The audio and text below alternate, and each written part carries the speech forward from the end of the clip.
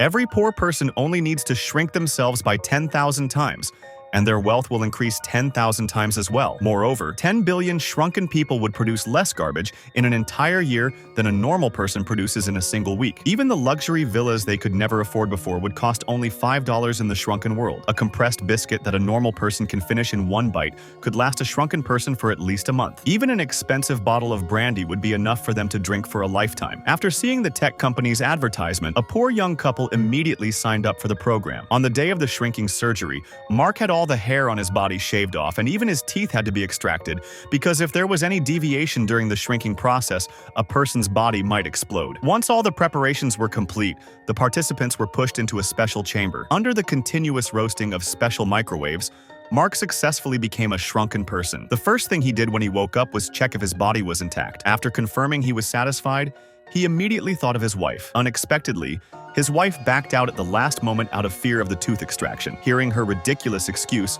Mark yelled angrily at her over the phone. With no other choice, Mark signed the divorce papers with his wife. But during the division of property, she delivered a heavy blow to him. She took most of their assets. From then on, Mark's dream of becoming a rich man was shattered. He thought he could completely relax in the micro world, but to his surprise, it wasn't much different from reality. He still couldn't escape the fate of working for others. To ease his loneliness, Mark arranged a dinner date with a beautiful woman, but the noise from upstairs immediately ruined the mood. Thus, their romantic evening came to an abrupt end, and Mark sank into despair. At a chance party, Mark unexpectedly met his former boss from the real world. In this shrunken world, he was still a wealthy man. To give Mark some inspiration, the boss told him that he once brought in a $20 cigar from the real world, split it into 2,000 pieces, and sold them here. Even if each piece sold for just $1, he would still make a 100-fold profit. That was when Mark realized that the difference between the poor and the rich was not just wealth. The biggest gap was in mindset. During their chat, the rich man's two female friends said goodbye and left, but Mark noticed a cleaning woman with a limp. Since she had once been a doctor, the two struck up a connection. However,